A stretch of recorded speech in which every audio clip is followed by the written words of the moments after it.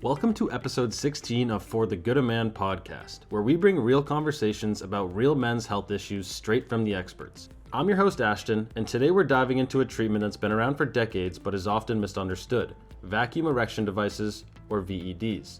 Whether you're exploring erectile dysfunction treatments for the first time or looking for a non-drug alternative, this episode is packed with practical advice and medical insight. Joining us today is Dr. Justin Houman, a board-certified urologist and fellowship-trained specialist in male reproductive and sexual health. We recently hosted a live Q&A with our patient listeners on this very topic, and today we're sharing that conversation with you. Let's jump right in. First question, general VED question: does a VED require a prescription? No, it does not. You could actually get these. MenMD, obviously this version of it, the Owens and Mumford one is fantastic. It's probably the best one out there in terms of mechanical device. There's the one thing I would say is, so the long and short is no, you don't, and you can get access to it.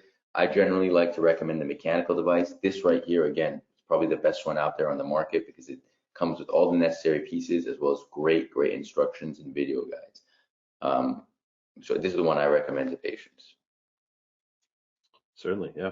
Definitely one of the less invasive ED treatments. Is how we on the other webinar events, when we list them out from pills to implants, we usually list this one as first or second. So yeah, something to keep in mind if you're climbing the ladder and trying out all the tools there.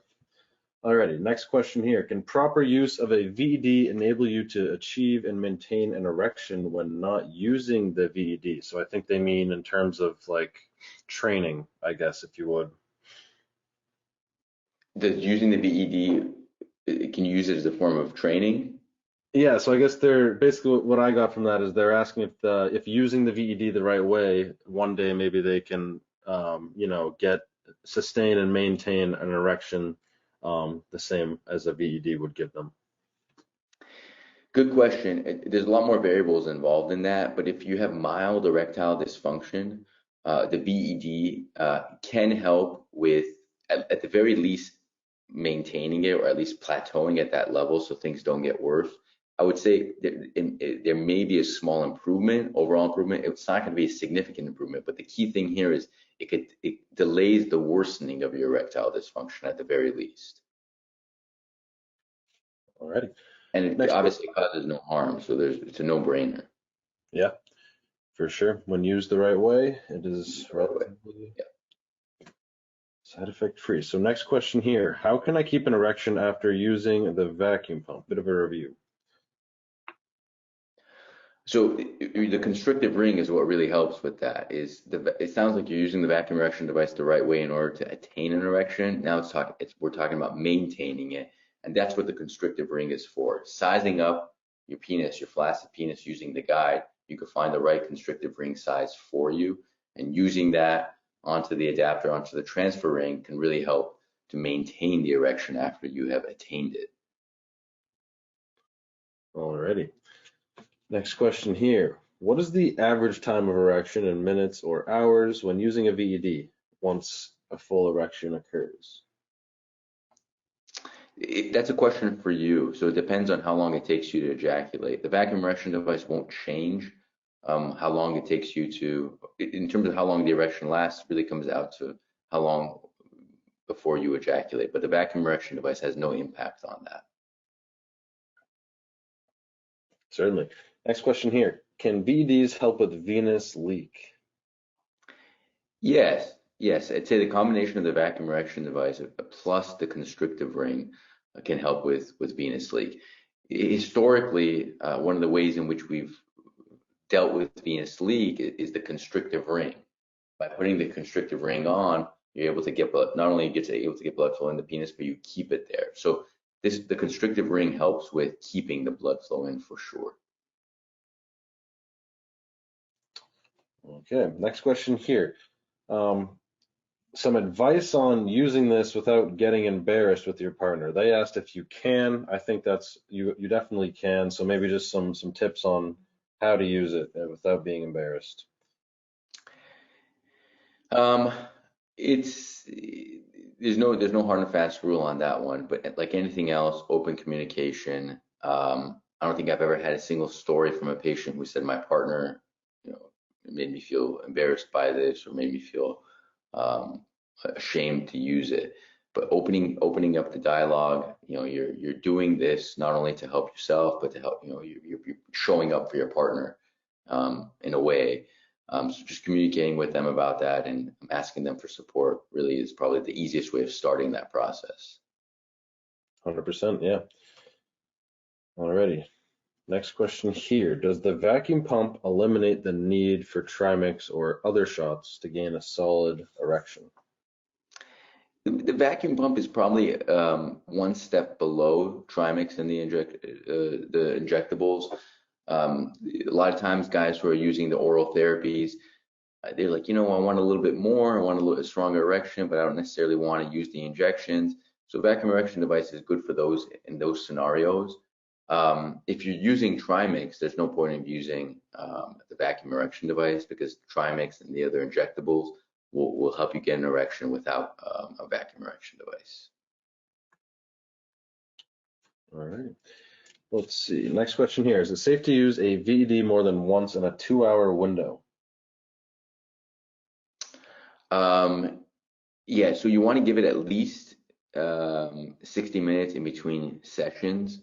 So if you want to use it twice, and it depends how long you've used it, but as long as you're not using it, as long as you're giving yourself 60 minutes in between from the time you've released to the time you've from the time you have released the vacuum to re-engaging the vacuum, as long as that is 60 minutes or more, then it should not be a problem. Okay. Let's see. The next question here. Is it safe to use a VED while on blood thinners? Yeah, you want to be careful, right? The problem here is, do I have patients who do it? Yes. Do we counsel patients about it? Absolutely. The problem is the vacuum erection device, because it's creating such it's a negative pressure and it's pulling blood flow into the penis. Sometimes there's capillaries, these small capillaries can rupture within the penis. And if you're on anticoagulants, your body doesn't stop it the way um, you would if you weren't on anticoagulants. So I always caution patients about it, to start slow, to slowly build up from there. But it is something to be very, very aware of, where you can't be using this device as aggressively as you would if you weren't on anticoagulants. Really, you have to build up. So if you're on in simple terms, you slowly have to build it up, so your body and your penis, more importantly, get used to it. Makes sense. Alrighty.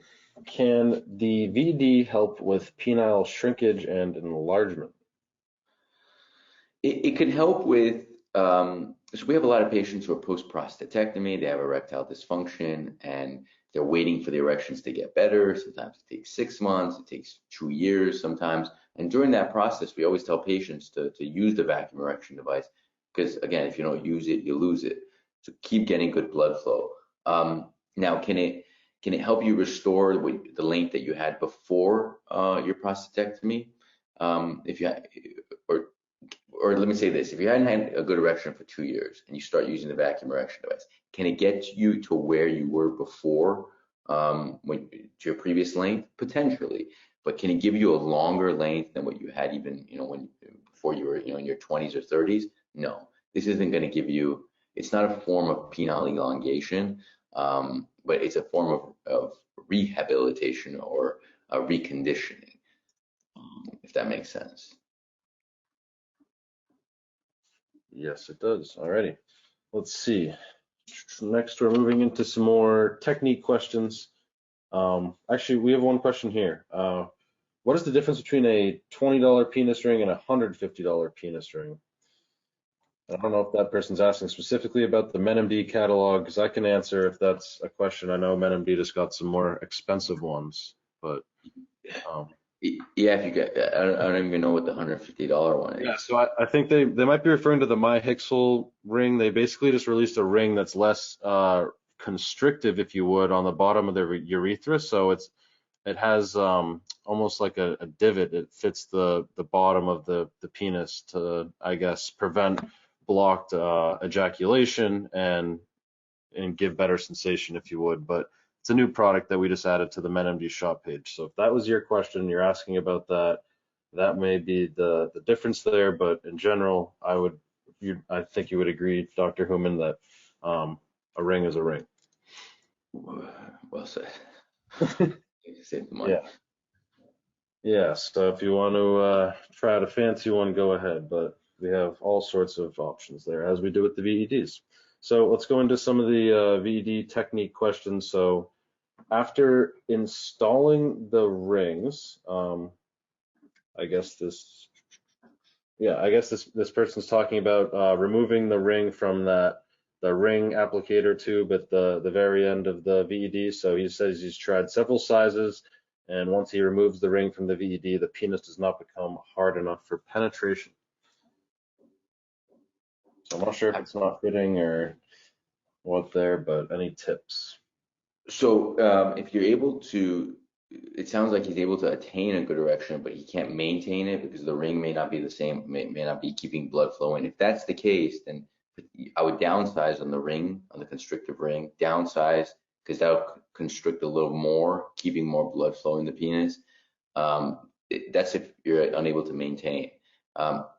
The other side of it is if you're unable to get a good enough erection or attain a good enough erection, I would really focus on creating a good vacuum seal, number one. Number two, really pump it up to the point of not necessarily being uncomfortable or being painful, but where you have a little bit of discomfort in the penis itself, because that's when you know you've reached the upper limit of the amount of blood flow you could bring in. Yeah, those are the two tips I would give. Alrighty. Let's see. Due to TRT, testicles shrink and they get pulled into the cylinder of the VED. Is this harmful? I mean, ideally we don't do that, right? There's ways in which you could avoid that with changing the transfer piece. So you could go a little bit smaller. If you go a little bit smaller, less chance of other tissue or the testicle coming in. It's not necessarily harmful, but you don't want to create. If you do it, here and there, that's okay. But to do that time after time, to create that kind of pressure and that kind of trauma to the testicle, you're really not doing yourself any favors. So I would do everything I can to avoid it. But if it happens from time to time, it's not a big deal. Alrighty. Person asks why their penis may go numb when the ring goes on.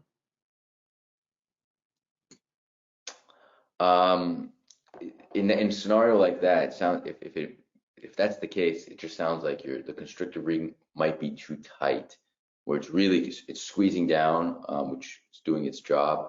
But if it's going numb, that means it's squeezing not just the blood flow, but it's probably squeezing too tight even on the nerves. Kind of like when you hit your funny bone, it doesn't let you feel much. But yeah, it sounds like the ring is just too tight. Probably upsize the ring at least one size up to see if you could still get the benefits of the ring without any of the side effects with penile numbness. Alrighty.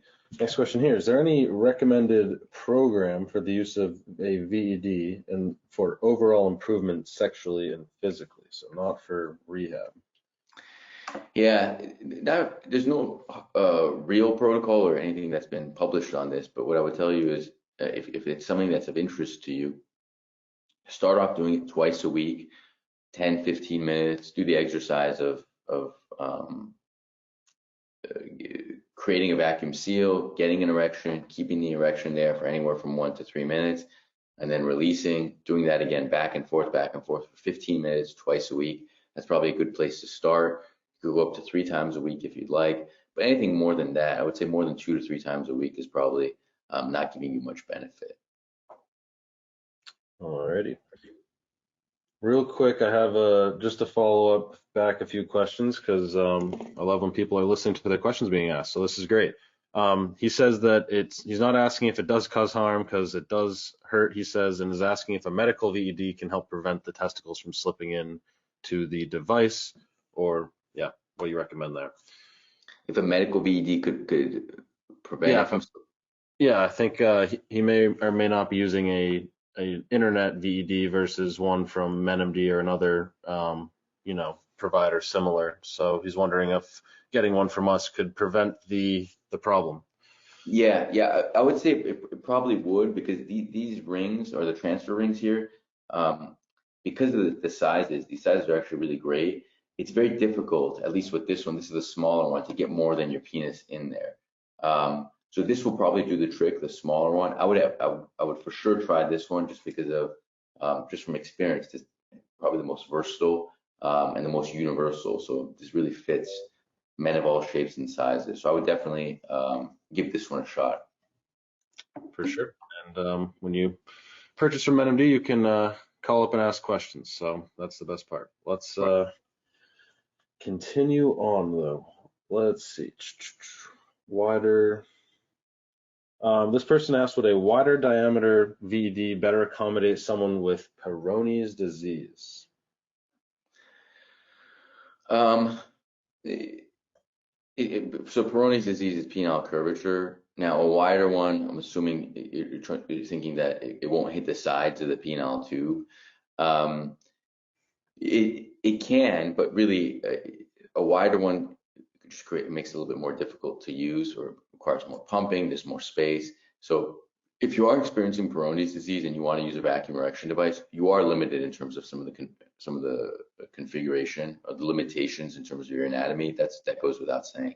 Having said that, though, if that's the case, it really is time to talk to a urologist, a men's health urologist, who could help you with your Peyronie's disease. Because at that point, if you're trying to get an erection, you're using these different treatments to get an erection in the setting of Peyronie's disease, there's a lot of great treatment options for Peyronie's disease that will allow you to allow you to get a good, strong, straight erection. So that'd be my recommendation. Talk to a men's health urologist, because you have options out there. Alrighty. Next question here. I think we can kind of tackle 2 and 1. So this person asks how difficult it is to use the pump, because they have problems with hand dexterity. So perhaps you can talk a little bit about manual versus automatic. So manual is just easier, because you could really control how much you're going to go. Electric is also great for people who have difficulty with manual dexterity, without question. It serves its purpose, but you just lose a little bit of that control because there's a machine that's doing it. So the manual just gives you a little bit more control in terms of how much suction you could put on it without creating excessive discomfort. But if you are limited, the electric one is a perfect option. Alrighty, let's see. This is a bit of a review question, but how do I choose the proper ring to size? I guess maybe you can suggest some tips if you don't get that handy dandy card with the thing, and then where's the best place to put this ring once you find your size?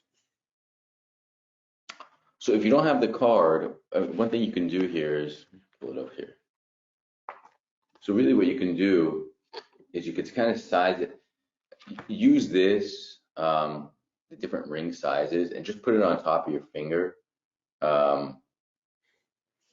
Excuse me, not on top of your finger, on top of your penis, and use that as a guide, a rough guide, in order to see what fits, essentially what fits in here in the flaccid state. That's where I would start. It's going to take some trial and error, because you're going to either have to upsize or downsize depending on that. But ultimately, what I would do is err on the side of a larger constriction ring versus a smaller one, just because it's less painful. So you could always it's easier to downsize than to upsize. So start bigger and then work your way down. Was there a second part to that question? Second part was the best placement for the ring.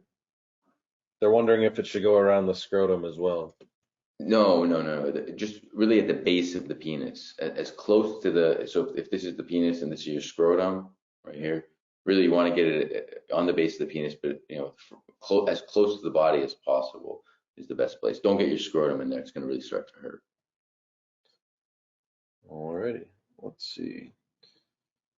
Another ring sizing question, but this is a good one. So if one ring size is not tight enough and the next smaller one is uncomfortably tight, are there other options besides just finding another brand? One ring size is too small, and the other one Is too tight. So I guess per se, if they were to get the kit that we were talking about tonight and they're kind of in between two of those sizes, they're asking if there's better options besides just looking for other rings. yeah. What I would do is really pump it up more, get more blood flow in there, because if you get more blood flow in, you could find the rings will kind of find their home, if you will. But what I would say is really focus on getting more blood into the penis. And my bet is that you'll find that'll help address the issue in terms of being in that half size. Getting more blood flow in and going to the larger size could probably help you keep the erection without the pain. To focus on more blood flow. Alrighty, let's see. Alrighty. Next question here is we got a couple about using VEDs with other modalities. So should or can a VED be used in conjunction with injections? I wouldn't. I wouldn't use it with injections because there's the injections themselves. I would say this: I wouldn't use them at the same time as the injections. Now, if you want to use the VED as a means for penile rehab or penile reconditioning, yeah, that's fine. But I wouldn't inject my penis and then use the vacuum erection device immediately after as a means in which to get an erection. You could use it for practice or for rehabilitation, but not in order to get an erection. Alrighty, let's see. And the second one in that category was, can a VED be used with PDE5s like Cialis or Tadalafil? Yeah, absolutely. With PDE5s, absolutely can be used for that. If your PDE5s are good, but they're not great, you feel like you're getting a 6, 7 out of 10 erection, but you really want to take it to the next level, a vacuum erection device can definitely be a nice complement to that, a nice accessory to that. Alrighty. Moving along to our pre-submitted questions, and we'll get to some of these chat ones, but we got some prostate questions here. So will a VED help overcome nerve damage from prostate surgery even 2 years after the surgery? Can it be used? Yeah, they're asking if the VED will help them overcome nerve damage from their prostate surgery, even if it's been 2 years. So it won't fix the nerve damage, but what it can help with is bringing blood flow back into the penis and giving you the ability to stretch the penis, rehabilitate the penis, addressing the whole if you don't use it, you lose it idea. But it can't fix the nerve injury associated with the prostatectomy, but it can help you move forward and look ahead to preserve erectile function, preserve your length, preserve your girth. Those are the things that it could definitely help with. And post-prostatectomy, is it necessary to use it regularly? Yeah, I always like to recommend it to patients early on. Like I'll have them buy it even before the prostatectomy, and usually I'll tell them to start using it a week after. Well, as soon as the catheter comes out, because the catheter has to stay in for a week after the prostate surgery. I tell them to start using the vacuum erection device as soon as the catheter comes out, as a means to get blood flow to the penis, because we've done this for a long time, and I can tell you a lot of guys, they start to complain. They're like, well, my penis size, my length, my girth is not what it was before the prostatectomy. And that's because they were not getting good blood flow for months after the surgery. And if you were one of those guys who it's going to take some time to recover from the surgery, there's no problem in that. That's normal. But it becomes, you really want to get good blood flow into the penis by using the vacuum erection device to maintain that length and maintain that girth during the recovery process. Certainly. And speaking of the recovery process, I think this is important to just cover it again because I'm seeing it here in the chat. So when using a VED for rehab, what is the proper technique, generally speaking? How many times per week, and how much how much time per use and how often per week? Yeah, so I'll tell guys 2 to 3 times a week, and if you can use it for 20 to 30 minutes each session. So that's the idea, and it's similar to the kind of the prophylactic use, but really it's get blood flow in, keep it there for anywhere from 3 to 5 minutes, let it go, do that again, back and forth, 20 to 30 minutes, 2 to 3 times a week. Alrighty. And to be specific, is 2 years post prostate surgery too late to start VED if I'm totally impotent now? No, it could only help. It could only help in terms of preserving or at least trying to get your penile length back. Look, I've had patients who, like these guys have had surgery for, somewhat of an example here, but they've had an inflatable penile implant that's been in. It's had to be removed for infection or just had to come out, but primarily for infection. And the penile tissue inside is quite scarred down. And when I show them if we're going to put a penile implant back in place, the penis is relatively small. They don't like that idea. So I'll tell them, use a vacuum erection device. Really use that aggressively. For those guys, I'll tell them to do it 4 times a week. Really pump it up and keep it there for 30 minutes, 40 minutes each time to really stretch that tissue. And you'll see over the course of months, sometimes 3, 4, 6 months, we're able to add some length to it or get some of that length back and give them a larger penile implant. So bringing it to your question about post-prostatectomy, it's never too late. It can only help, right? There's no harm in doing it. Can it give you inches and inches? Highly unlikely, but it could definitely give you some length, but more importantly, it could definitely give you girth. Alrighty. We're on to some chat questions now to round out our session. So this is a good follow-up to what we were talking about earlier. This person says, we are told that if we have an erection longer than 4 hours to seek emergency medical attention, so why can we only wear the constriction ring for 30 minutes?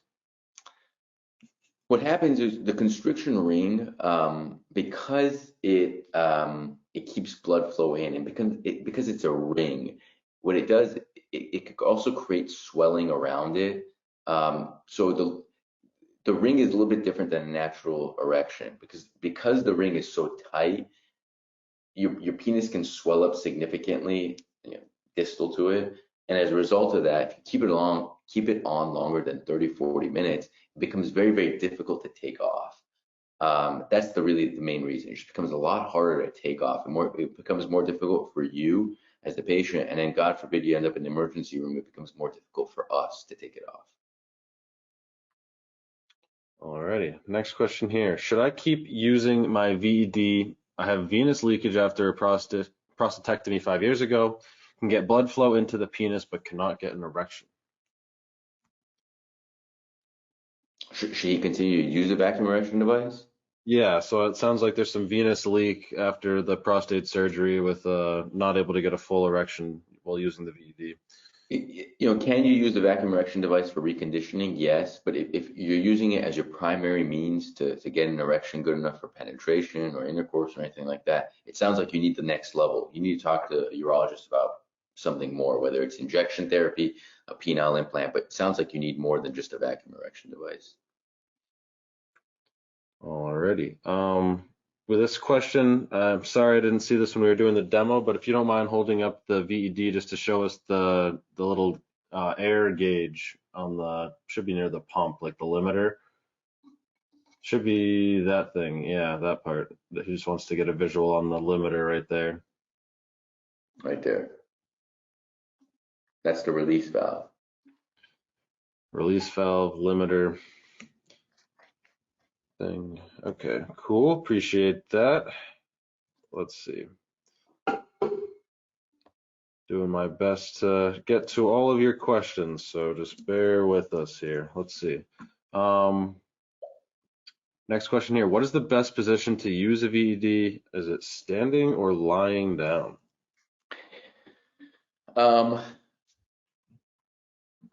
Ideally, standing, just because of the pressures. When you're standing, there's more pressure just from gravity, so less blood flow is going up, more blood is staying down. Therefore, whatever erection you've attained, it's easier to keep it there. But if it's too difficult to do it while you're standing up, that's fine. Laying down is fine. Sitting down is fine. But ideally, if you had to choose, standing is the best. Alrighty.